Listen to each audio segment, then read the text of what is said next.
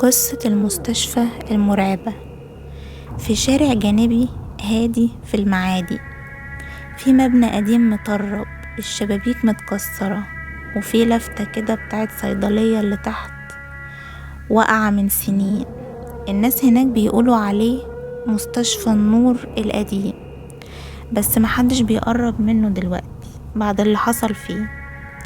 القصة بدأت من 15 سنة لما كانت المستشفى شغالة عادي جدا في ليلة شتوية فيها مطر خفيف، وكان في عملية طارئة جدا لست كبيرة داخلة على ولادة صعبة جدا، والدكاترة كانوا بيجهزوا. الممرضة سعاد بقى كانت بتلف في الدور التاني لوحدها بتراجع الأجهزة قبل العملية، لكن فجأة النور قطع وسمعت صوت حد بيتنفس في ودنها من وراها، صوت خشن ومتقطع كأن في حد مدبوح بيحاول يتكلم. لما لفت بسرعة مفيش حد، بس لاحظت ان باب الأوضة بتاع العمليات مفتوح رغم انها كانت لسه قافلاه بايديها. دخلت بخطوات بطيئة، ولما قربت من السرير شافت حاجة خلتها تصرخ صرخة هزت الدور كله. الست اللي المفروض على وشك الولادة كانت نايمة على السرير، بس وشها متغطي بالكامل بالشاش ودمها سايح من تحتها.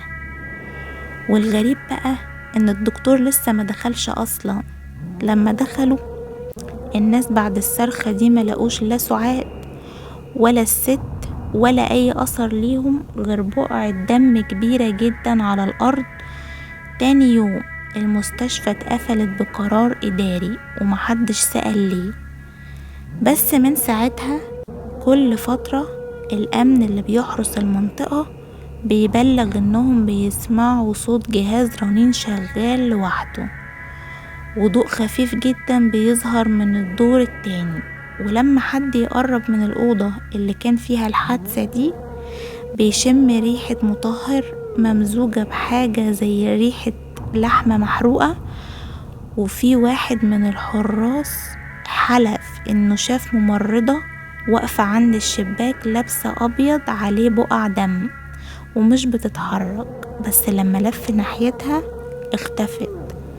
ولما رجع يبص تاني شاف وشها من جوه الازاز، وهو وش سعاد.